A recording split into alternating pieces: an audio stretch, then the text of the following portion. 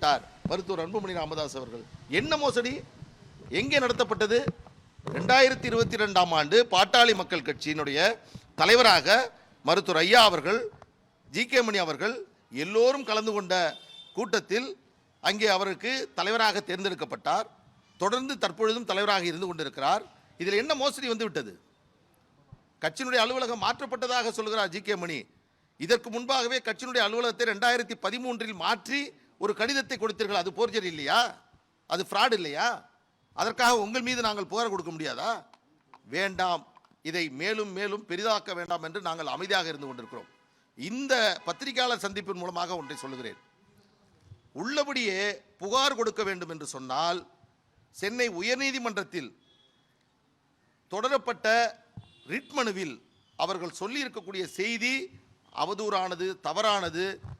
நீதிமன்றத்தில் தவறான தகவல் சொன்னதற்காக பெர்ஜரி வழக்கை அவர்கள் மீது தான் நாங்கள் தாக்கல் செய்ய வேண்டும். அதேபோன்று டெல்லியில் தொடரப்பட்ட வழக்கிலும் உண்மைக்கு புறம்பான தகவல்களை பிரமாண பத்திரத்தில் தாக்கல் செய்திருக்கிறார்கள். இதையெல்லாம் நாங்கள் பார்த்துவிட்டு அமைதியாக இருந்து கொண்டிருக்கிறோம். அவர்கள் வெறுப்பிலே, வேதனையிலே, பாட்டாளி மக்கள் கட்சி வலுவாக பலமாக மருத்துவர் அன்புமணி ராமதாஸ் அவர்கள் பின்னால் இருக்கிறது என்பதை புரிந்து கொண்டு இவர்கள் பிளே ஸ்டோர் மற்றும் ஆப் ஸ்டோரில் இருந்து பாலிமர் செயலியை QR கோடு மூலம் பதிவிறக்கம் செய்யுங்கள்.